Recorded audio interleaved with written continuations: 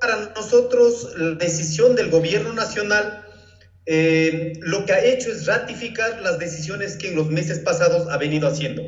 Es una decisión realmente por presión del Fondo Monetario Internacional que no está haciendo una valoración objetiva de la realidad del país. Aquí hay tres elementos importantes que analizar. Uno, ¿cuál es la situación de los trabajadores en este momento, de los trabajadores en el sector privado?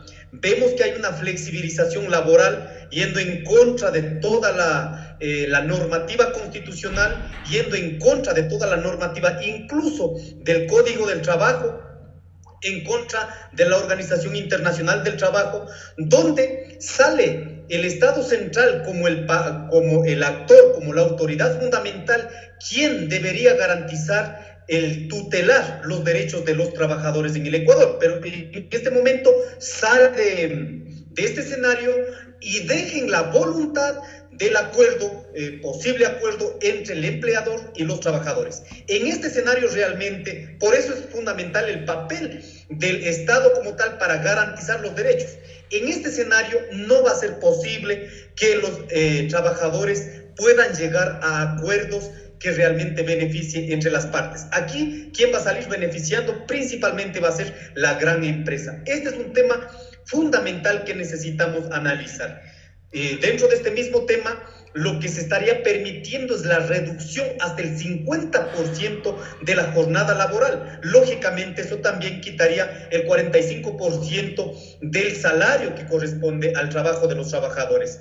Si en este momento tenemos familias que trabajan, marido y mujer, digamos, ¿no es cierto?, los dos padres de la casa trabajan y logran completar sobre la canasta básica sobre los $732, si en este momento se reduce al 50%, ni así trabaje toda la familia, no van a poder cubrir la canasta básica en el Ecuador. Hay un segundo tema que esto viene sobre todo en la decisión de las medidas económicas del gobierno nacional, es profundizar también la flexibilización laboral en el sector de los trabajadores del sector público. Y aquí de la misma manera, hay un masivo despido del sector público también, se reduce la jornada laboral. Esta parte también es importante analizar, pero también se establece el tema del teletrabajo, en donde se dará, en este caso, la sobreexplotación, porque se reconocería legalmente el establecimiento del trabajo hasta 12 horas en el día. En ese sentido, nosotros creemos que es un golpe muy duro para el sector de los trabajadores, para el sector campesino, y no se ha visto un esfuerzo, sobre todo a los grandes grupos económicos. Queremos decir esto, que no es que estamos en contra de las iniciativas privadas. Lo que le queremos decir es, antes de la pandemia determinada aquí en el Ecuador, como el tiempo de la emergencia sanitaria, más de 500 empresas de este país no habían cancelado lo que adeudan al Estado en más de 1.400 millones de dólares. Y en este momento se aprovecha de esta situación para nuevamente no cancelar al Estado ecuatoriano.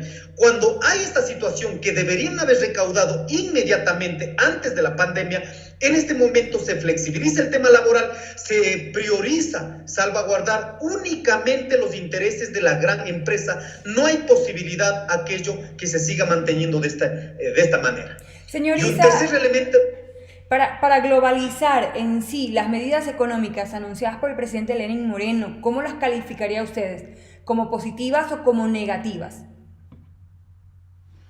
Para el sector popular, para el sector pequeño y mediano productor, es absolutamente negativas. No va a paliar la crisis que se avecina. Y eso queremos dejar absolutamente claro. En este momento, con el paso que da el gobierno nacional de establecer el precio a los combustibles a nivel referencial, a nivel internacional, lógicamente lo que está haciendo es quitando el subsidio. De la misma manera que pasa con los trabajadores. Deja de ser el papel actor fundamental el Estado ecuatoriano para dinamizar como una política de desarrollo económico. Hay que entender, los subsidios no es que están ahí porque dio la gana de pronto a un sector de la sociedad sociedad. No, está sirviendo para dinamizar una política económica en este país. Los subsidios solo sirven cuando es una política de Estado. En este momento se ha pretendido focalizar, pero si estos sectores focalizados no van a actuar o no van a hacer algunas actividades económicas que estén enroladas en todas las actividades económicas del Ecuador. Si en este momento vamos a referirnos únicamente al precio internacional, dejamos en el vaivén, nuevamente, dejamos en el mercado. El control que tendrá sobre los precios será el mercado libre en este caso. Pero eso lo que va a conllevar realmente va a ser a la inflación en el Ecuador, porque no se va a poder controlar los precios establecidos. Si en este momento han reducido un 10 centavos en la gasolina extra o 3 centavos en el diésel, pero no sabemos qué va a pasar en los próximos 15 días, en el próximo mes o en los próximos 2 meses. Lo que sí le decimos es que en este momento la CONAIE, el movimiento indígena, hemos decidido quedar hasta el 31 de mayo. Pero después de aquello, lo que vamos a ver, cualquier impacto que venga negativamente, que incremente el precio de los combustibles, habrá una reacción, un estallido social, porque no se ha desvinculado en este caso. Esto hay que entender. No se ha desvinculado el uso de los combustibles de las diferentes actividades económicas que sostenemos los ecuatorianos. Entonces no se va a saber cuál va a ser el impacto en el vaivén de los precios que lógicamente va a generar inflación en el Ecuador. Señor Issa, usted ha hablado de un estallido social. ¿Qué significa esto? ¿Significa que habrá nuevas manifestaciones en el mes de octubre? El detonante de estas manifestaciones fue precisamente la intención del gobierno de la eliminación de los subsidios. ¿Volverá a haber un paro nacional? Absolutamente, nosotros creemos que esto no va a depender solo por los dirigentes, sino ya hay una reacción de la mayoría del pueblo ecuatoriano. Va a haber un estallido social, va a haber una movilización, vamos a ir viendo en las condiciones que cada sector va a ir proponiendo. En ese sentido, nosotros habíamos avisorado al gobierno nacional, en este momento no es posible enfrentar esta crisis sanitaria, esta crisis económica en las condiciones de imposición que pretende a través del gobierno nacional, el Fondo Monetario Internacional, instaurar en el Ecuador. Y ahí están las cosas, pero lo que viene en este momento es una reacción. Esperemos que los combustibles en estos tiempos no sean tan fluctuantes, porque será el punto la que realmente va a convocar a la ebullición social en el Ecuador. ¿Qué sería cuándo? Ustedes han mencionado que van a esperar hasta fines de mes de mayo, es decir, van a medir cómo va a ir el precio de los combustibles. ¿De eso dependerá? Precio de los combustibles, la reacción de los sectores de nuestros hermanos trabajadores, de los sindicatos, del sector público, del sector privado. En esta semana tenemos el Consejo Político de la CONAIE con las 3 regionales. Entonces, prácticamente yo no vería más allá de los 10 días sobre una reacción del pueblo ecuatoriano. Realmente en este momento, ¿cuál es el tema que tenemos que estar lidiando?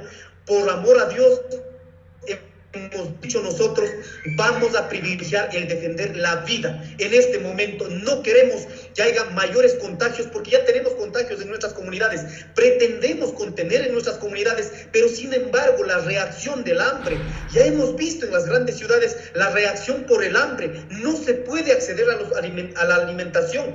En este momento se ha permitido la especulación de los precios. Todo esto va a ir haciendo realmente una bomba de tiempo que va a despertar, digamos, con un estallido social en el Ecuador.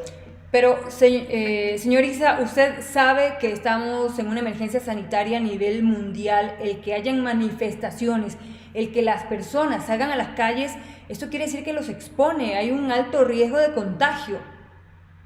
Absolutamente estamos conscientes de aquello, pero nosotros decimos, el quedar en la casa, quedar en la comunidad, quedar en la chacra, quedar en la ciudad, realmente ha habido por lo menos un acompañamiento de una política del Estado para que nos sintamos aislados. No existe ninguna. Y no entiendo cuál es la diferencia entre tener un Guayaquil en estas condiciones, el tener la ciudad de Quito en estas condiciones o en las ciudades del Ecuador. No hay ninguna distinción. Por eso hemos dicho, si en este momento la gente ha quedado por una decisión autónoma en las casas, sin un acompañamiento de la política del Estado, en este momento está reventado ya. O sea, no hay posibilidad de decir tantos compañeros que están contagiados. Esto toca multiplicar por 10, por 15, por 20, en algunas ciudades hasta por 20 sobre los datos oficiales del Estado. Realmente ya no hay ninguna condición de decir, oiga, hay algún sentido quedar en la casa. Cuando la gente en este momento, vamos a ver cómo están reventando en ciudades que no pueden acceder a la alimentación, se están dando procesos violentos para el acceso a la alimentación. En esas condiciones, yo creo que el gobierno nacional no tiene ninguna condición para realmente poner freno o poner disciplina a la sociedad en el Ecuador. Ese estallido social que usted menciona significa que el sector indígena dejaría sus casas para volcarse nuevamente hacia la capital a realizar manifestaciones como ocurrieron en el paro nacional. Mucho va a depender de la decisión que tomemos con todos los actores sociales del Ecuador. Por eso le estoy manifestando, lo que corresponde a nuestra decisión como movimiento indígena la tendremos del día jueves en el Consejo Político con la CONAI, Ecuasunari, Confenea y CONAI. Lo que corresponde con otros hermanos trabajadores de los sindicatos, inmediatamente habrá una planificación sobre esa decisión. Nosotros tomaremos una postura como movimiento indígena en la acción de este estallido social que provocará en el Ecuador. ¿Qué piensa usted al respecto? ¿Son necesarias estas medidas económicas como lo ha manifestado el Ejecutivo? Todas las medidas son necesarias, pero en el mismo nivel de responsabilidad. Una crisis no se puede cargar únicamente en los sectores populares, en los sectores más necesitados. Nosotros hemos dicho antes, no paguemos la deuda externa, utilicemos eso para mejorar el sistema de salud. Segundo, las empresas que han ganado en este país no estamos pidiendo que regalen, simplemente sus recursos económicos que adeudan al Estado deben pagarla. Ya dije el monto en este sentido. El sistema financiero de este país, que también sale beneficiado de esta ley de apoyo humanitario, aproximadamente tienen 12.500 millones de dólares entre utilidades y patrimonio. ¿Qué hemos dicho? Esos recursos no queremos que regalen a los ecuatorianos ni al Estado, simplemente pongan al servicio para contener la economía. ¿Qué más? En el mes de abril, aproximadamente 900 a 1.000 millones de dólares han salido del Ecuador. La riqueza, ¿a dónde? A los paraísos fiscales. ¿No será que se debería haber regulado cuando nosotros hemos dicho, antes de esto, había aproximadamente 36.000 millones de dólares, gracias al trabajo, a la riqueza generada en el Ecuador, llevaron a otros lados, a los paraísos fiscales? ¿Qué necesita hacer el Estado ecuatoriano? ¿Qué necesitan las autoridades? Lo que tiene que hacer es repatriar esos capitales para paliar la crisis, contener a las empresas, contener el empleo y pasar juntos de esta crisis. Pero en este momento no se hace esfuerzo las empresas, únicamente quieren que hagan el esfuerzo los campesinos, los trabajadores del sector público y del sector privado. Eso no es posible aceptarla. Señor Issa, ¿por qué oponerse a la eliminación de subsidios?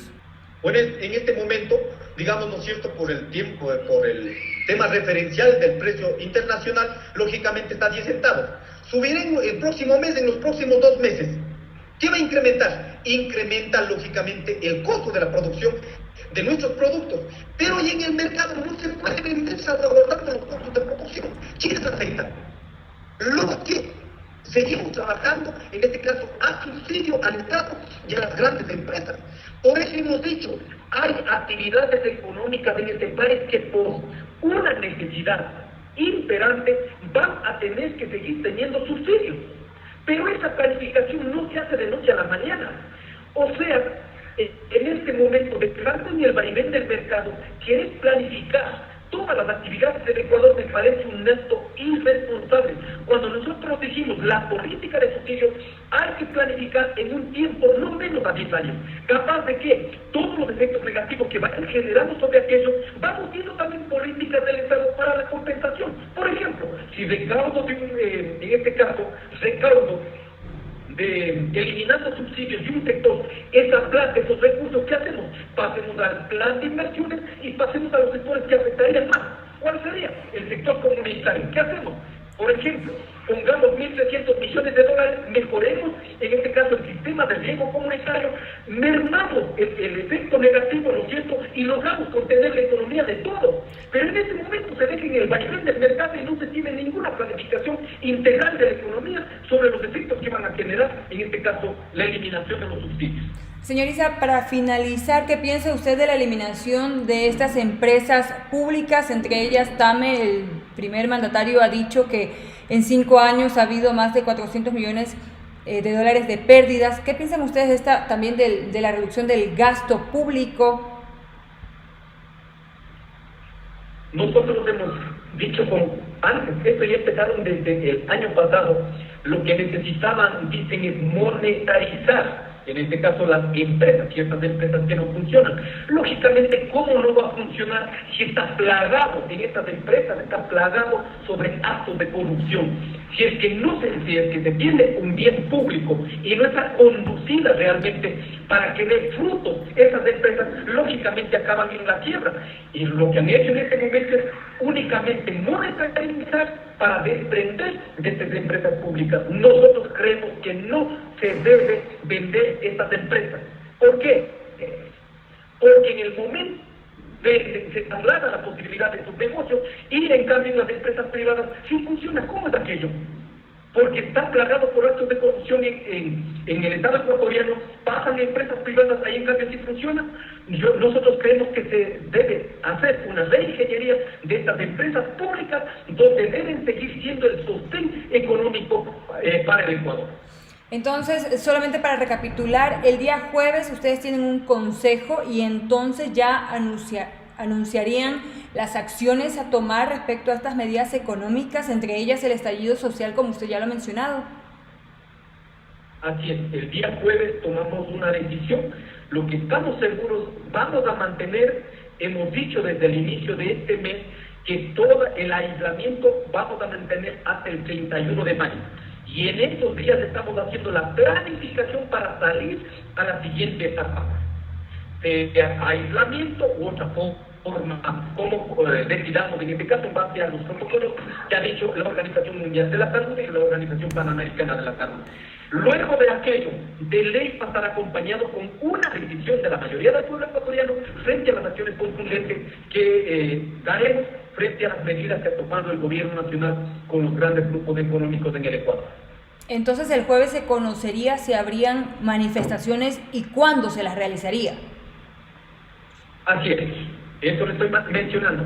El mes de mayo nos mantenemos y planificamos para una salida hacia afuera. Y el día jueves tendremos ya la decisión cómo vamos a actuar frente a todo este ajuste estructural de la economía que hemos tenido en el Ecuador, las medidas del gobierno y las leyes que en este momento van a entrar ya a operar, posiblemente después de un mes entrarían ya a operar estas dos leyes porque dependerían todavía del veto presidencial. Lo que está claro es que la gente no va a quedar muriéndose de hambre en la casa. Lo mínimo que va a hacer es salir y protestar frente a las medidas que no permiten avanzar a la mayoría de los pueblos del pueblo ecuatoriano. Por ello decimos, este estallido social va a significar en diferentes niveles.